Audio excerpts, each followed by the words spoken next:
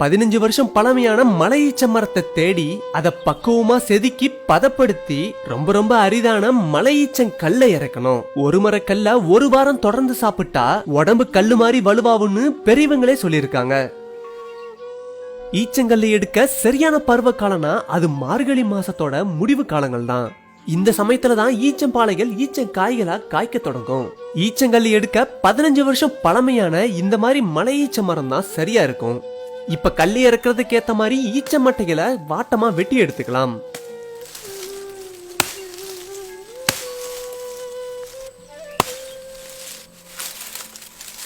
இந்த மலை ஈச்ச மரத்தோட இலைகள் ஊசி போல கூர்மையா இருக்கும். அது கூடவே பெரிய பெரிய முட்களும் இருக்கும்.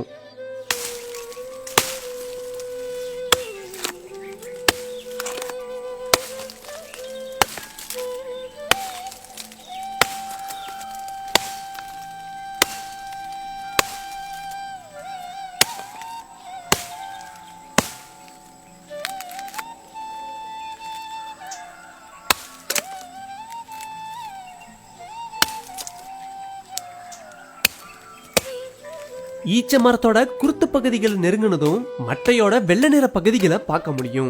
இந்த வெள்ளை நிற பகுதியை நெருங்கினதும் கூர்மையான உளிய வச்சு மரத்தை செதுக்க ஆரம்பிச்சிடலாம். இப்ப விரல்களால தொட்டு பார்த்தா மரத்தோட ஈரப்பதத்தை உணர முடியும். இப்படி செதுக்கிட்டு 15 நாட்கள் இந்த மரத்தை அப்படியே விட்டுறணும்.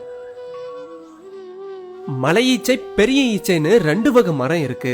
நம்ம கல் எடுக்கிற இந்த மரத்தை மலை ஈச்ச மரம்னு சொல்லுவாங்க. பெரிய ஈச்சைன்னு சொல்லப்படுற பெரும்பாலும் நமக்கு தெரிஞ்ச பேரிச்சம்பழ மரத்துல இருந்தும் கல் எடுப்பாங்க. சரியா 15 நாளைக்கு பிறகு மரம் இப்ப கல்லறுக்க தயாராயிடுச்சு. இப்ப மறுபடியும் உளிய வச்சு இதுக்கு முன்னாடி செதுக்கின இடத்துலயே விரல் ஆழத்துக்கு மறுபடியும் செதுக்கி விட்டுறலாம்.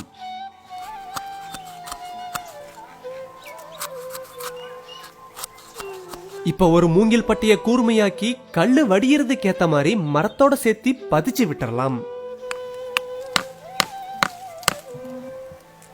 இப்ப ஒரு சட்டி எடுத்து மரத்துல வடிகிற கல்ல சேகரிக்கிறதுக்காக மரத்தோட ஈர்க்க கட்டிடலாம்.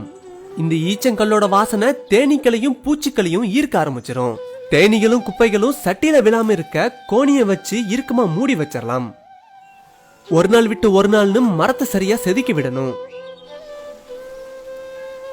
கிட்டத்தட்ட 5 நாளைக்கிட்ட சேகரிச்ச கல்லு சரியா 1 லிட்டர் வந்துச்சு. இந்த மலை ஈச்ச மரத்துல கல்லு குறைஞ்ச அளவு தான் கிடைக்கும். அதிக ஆழம் மரத்தை சீவனாலும் மரம் செத்து போயிடும். இந்த கல்லு நல்லா புளிச்சிருந்தா போதையாக்க கூடியது.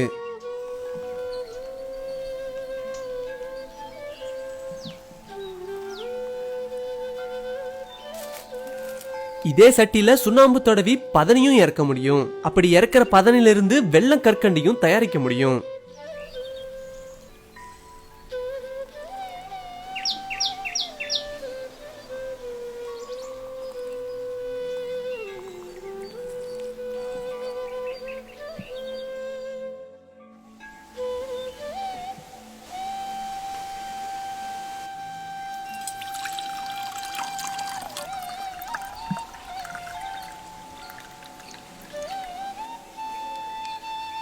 நெல்லிக்காய், கத்திரிக்காய், கருவாடுன்னு இறக்கன கல்லோட சேர்த்து சாப்பிட அவ்வளவு அருமையா இருக்கும். இந்த மலை ஈச்சங்கல் கிடைக்கிறது ரொம்பவே அரிதான ஒண்ணு.